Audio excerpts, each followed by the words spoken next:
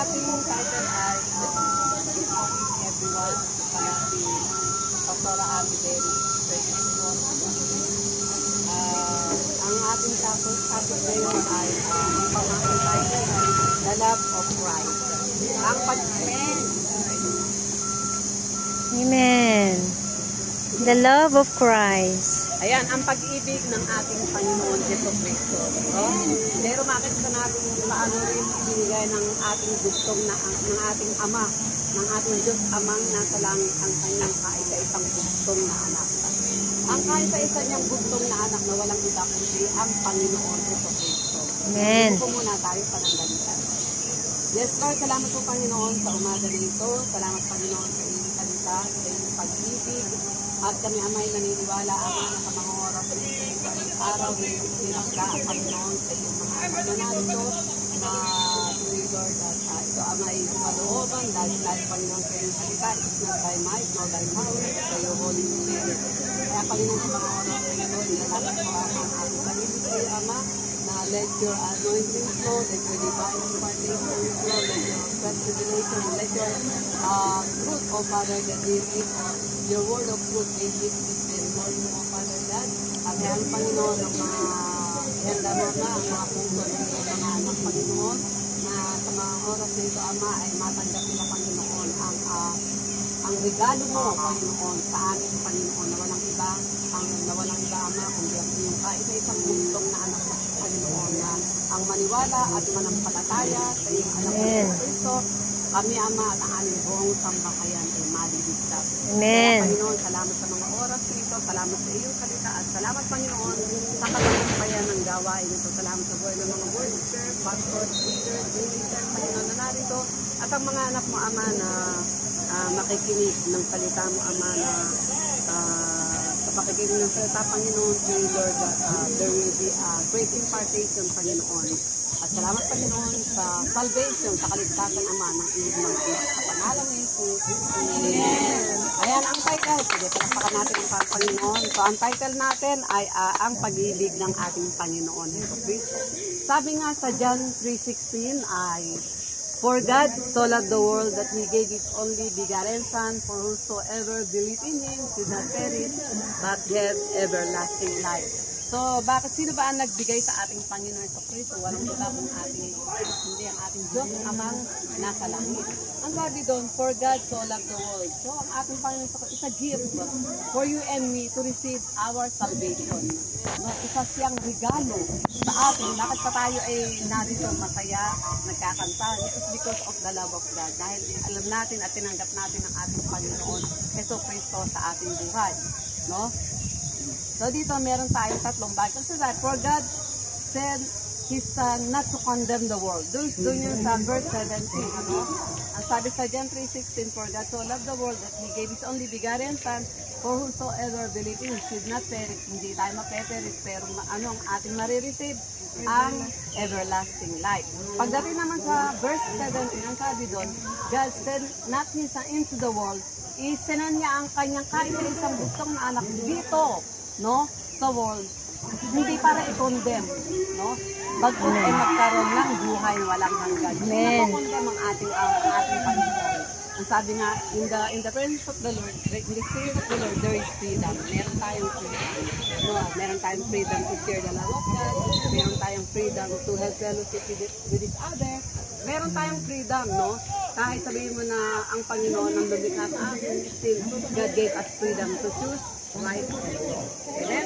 So dito meron tayong tatalakayin lang, sabi dito, sa number 1, God demonstrates His true sacrifice. No? Nakikita natin ang demonstration ng sacrificial, ang paano isinakripisyo ng ating Diyos Ama ang kanyang kaisa-isang bugtong na anak. Sino ba yung kaisa-isang bugtong na anak? Sino? Si Jesus Christ. Ibinigay niya sa atin para kung atin siyang tatanggapin bilang isang tagapagligtas ng ating buhay, hari ng ating puso, ay magkakaroon tayo ng kaligtasan. No? So doon, i-demonstrate niya ang kanyang pag-ibig. Christ's love for us is shown through the ultimate sacrifice on the cross, giving us eternal life. No? Sabi doon, His love is sacrificial as seen in Ephesians chapter 5 verse 2. At yung number 2, bilang mag-message ako, no? Number 2, the express through intercession. No? The express through intercession. Sabi doon, Christ's love is also expressed through His going intercession. No? And providing us with confidence and hope. Sabi sa Romans chapter 8 verse 34. At sabi din sa Hebrews 7:25, dahil dito naman siya nakapag-liligtas na lubos sa mga nagsisilapit sa Diyos. Sa magitan niya, palibhasa ay laging nabubuhay siya upang mamagitan sa kanila. Ang ating Panginoon Kristo rin siya, great intercessor. No? Kaya tayong mga narito, mga pinili ng ating Panginoon, we must always be standing the God to pray for the people of God, sa mga hindi pa nakaka-receive ng salvation, sa mga kapwa din natin na nalilihis ng landasin. Diba? Tayong mga magitan, tayong tagapamagitan, tayo ang manalang, hindi lang para sa ating sarili, sa ating pamilya, sa ating mga neighbors, sa ating mga brother and sister, at of course, hindi tayo napakilala sa ating Panginoon. Amen. So number 3, the everlasting unwavering. No? Ang ating Panginoon, siya ay unwavering, everlasting. Christ's love is everlasting, knowing no bounds and enduring through all circumstances. No? Sabi doon, Jeremiah 31 verse 3, it's unwavering and all encompassing, embracing every member of the church. Sabi doon sa Ephesians chapter 5 verse 2. I love, meron namin commandment. Sabi nga ng Panginoon sa kanyang commandment, love one another. Love your enemy. Ang hirap parang hirap sabihin na mahalin yung iyong kaaway. Kayo ba ay naka-experience na nung mahalin ng iyong kaaway? Ano? Parang mahirap, di ba? Pero pagdating sa ating Panginoon, ay kaya natin mahalin ng ating kaaway. Kasi kung hindi pala natin kakamamahalin ng ating, hindi natin patatawarin ang mga nagkasala sa atin. Sabi ng Panginoon, hindi ko rin kayo patatawarin. Nakontindi, ano? Pero pagka sa world, hindi, no? Pagka ikay sinapak, sasapakin mo rin. Pagka ikay binato, babatuhin mo rin. Pero dito, pagka ikay sinampay, bigay mo pa rin ang iyong kanila. So tayo kasing mga anak ng Panginoon, we are the light and the salt. Tayo yung ilaw, tayo. Kasi ating Panginoon, He is the light and the salt. Tayo rin yun. Kinakailangan natin sa atin na tayo ay ilaw, asin ng sanlibutan. Pagka tayo ay hindi na naging ilaw, pagka tayo hindi na asin, ang patabang na asin, baka tayo tuntun-tuntungan na lang, no? So tayo mga lingkod ng Panginoon, kinakailangan tayo maging ilaw, maging asin ng sanlibutan. Alam niyo, meron 4 na klase ng pag-ibig. No? 4 na klase ng pag-ibig. Actually, 8 yun eh. 4 lang ang ating pag-uusapan ngayon. Number 1 is storge or storge. Number 1, ano? Yung storge na sinasabi ay yung love of the family. O pwede rin ito na kayo dito, na nagmamahalan kayo, na bilang isang pamilya, yun sila ng storge or storge. No? 4 na klase ng pag-ibig. No? Number 1 is storge, and the love of the family, mahal mo siya bilang kapamilya. At yung iyong pamilya, of course, yun yung iyong pamilya. Pero pwede mo isama sa pamilya mo ang iyong mga brother and sister. Number 2 yung eros. Ang eros ito ay men and woman and sex ordained by God. But, kinakailangan, it must be inside the marriage. Eros lang. Kinakailangan, ito yung sa lalaki at babae. Hindi sa babae, hindi sa bakla, no? Ito yung sa lalaki at babae. At itong sex na ito ordained by God, pero must be inside the marriage. Kinakailangan, pag ginawa niyo itong eros love na ito, kayo ay mag-asawa. Kasi kung wala itong eros, walang multiplication. Walang lalabas sa lahi ni Adan at ni Eva. So kinakailangan ay magsiping mag-asawa na ito para magkaroon at sabi nga, go and multiply. No? So hindi rin naman ito sa talagang kasi kung wala yung mag-asawa, hindi tayo multiply. So itong eros ay ito yung love ng men and women, but you must be married. No? Kinakailangan itong na to ay mangyari sa loob ng kasal ng mag-asawa. No? So ito yung eros love na sinasabi. Pangatlo ay ang philia. No? Ang philia ito yung brotherly love o sinuasawa na Philadelphia. No? So itong philia ito yung brotherly love. No? Na meron tong similarity sa storge. Pero ang storge kasi, ito yung relationship bilang isang pamilya. Ito namang Philadelphia or Philia, ito yung love with your brothers. No? You can choose. No? Friends. Ang storge, you can choose that they are the one in your family. Ang brotherly love, we are brother and sister. Amen? Yun yung Philadelphia, yung Philia. At ang number 4, yung agape. Because agapo.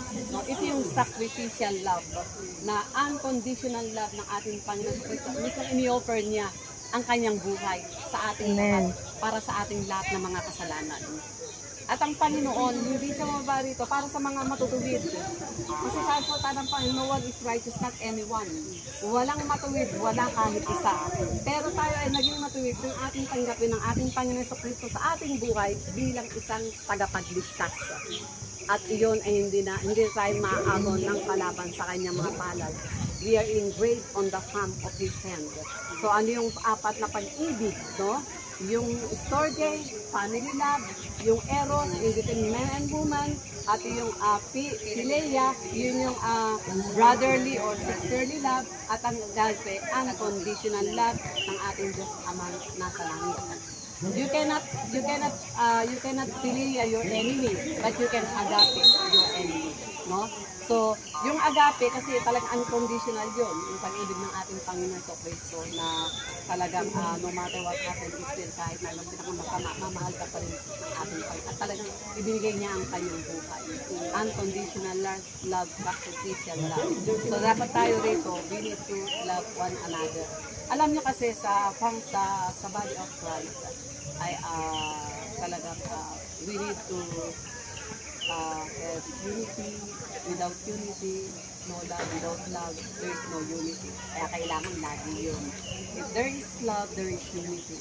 Pagka kasi yan ay nagsama, at yun ding mga function sa body of Christ, yung function sa body of Christ, nakasama yun, magiging maganda ang takbuhin ng simbahan. No? Dapat we know our function in the body of Christ. Dapat alam din natin kung ano yung talagang ating calling. No? Kasi sa body of Christ, merong fivefold ministry gift, merong prophet, evangelist, teacher, apostle, pastor, and apostle. So doon, sa body of Christ din, kahit saan merong maka.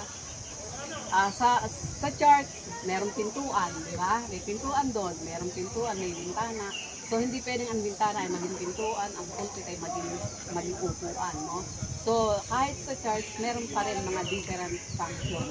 So, ganun din sa atin. Na kung ito ay mapagsasama natin sa ating mga talent or gift or mga pinagkaloob sa atin ng ating Panginoon, function with freely function and magiging maganda ang takbuhin ng simbahan. Na kailangan lang natin yung brotherly love, nariyan yung brotherly love natin, yung ating pagmamahalan sa isa't isa. Pag yan ay naroon, naku, lalago ang ating simbahan. It's natural yan yung mga misunderstanding. Natural lang yan. Kasi kung wala na kayong problema, baka tayo paktay na. So natural lang talaga mayroong problema. The more, sabi nga, minsan, di ba naalam flagging preaching ni Pastor? Collect the problem. Pero yung mga problema na yan, tuntungan lang natin. Gawin natin ingredients. Gawin natin ingredients. Kasi ang pinakbit, hindi yan masarap pagka-talong lang. Hindi masarap yan pagka kalabasa lang. Kinakailangan maraming samot-samot mga ingredients para masarap. Ganon din sa atin. Parang masarap ang sangkap, di ba? Ganon din sa atin. Hindi po pwedeng pastor lang. Hindi po pwedeng evangelist. Pinakailangan meron. Hindi po pwedeng music thing lang. Ay, sinong mauupo? O, sinong mag-aasir? So, we need to give our life to the Lord. Do it for God's glory. Gawin natin to without any complaint. No? Sabi nga sa Corinthians, gawin natin to without any complaint at makita mo magiging maganda. At yung mga nararanasan natin, na-experience natin mga problema, mga trials, mga persecution, gagawin lang natin yung ingredients sa ating buhay. Step lang yun, magiging ingredients lang yun. Ang pagkaya na ginawa lang natin ingredients, tataas tayo ng tataas.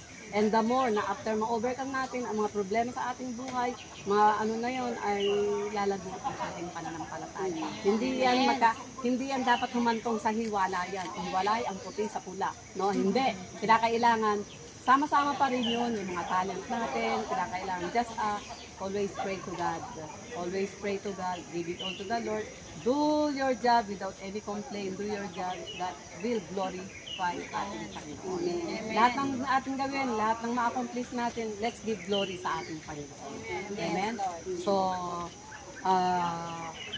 God is always there for you.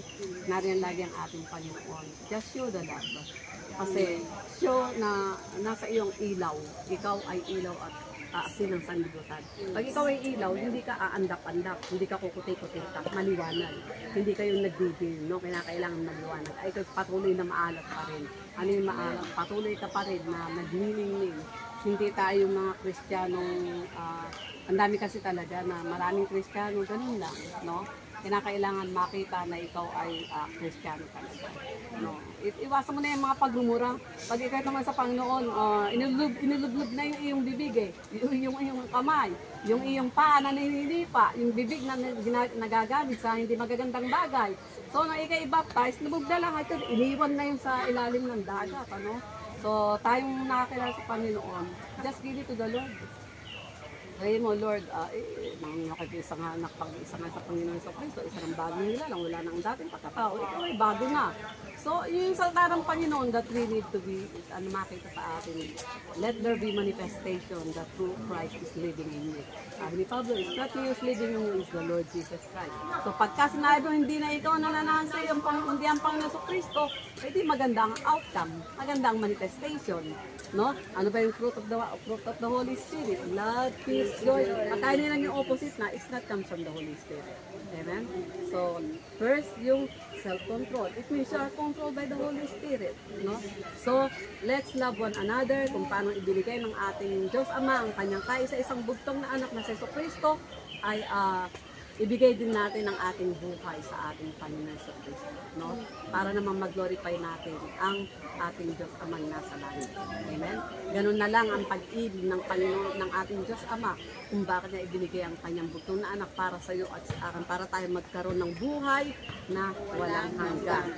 John 10:10, the thief come only to steal and kill and destroy, but Jesus came that we may have life and have it abundantly. Kaya pagka tinanggap natin ang ating Panginoon sa Kristo sa ating buhay, magkakaroon tayo ng peace, joy, yeah? So magkakaroon tayo ng abundance life. No? Wala na, hindi na tayo kayang gawin pa ng kalaban, tayo ay nasa palad ka ng ating Panginoon. Amen? So palakpakan natin ang ating Panginoon sa Kristo.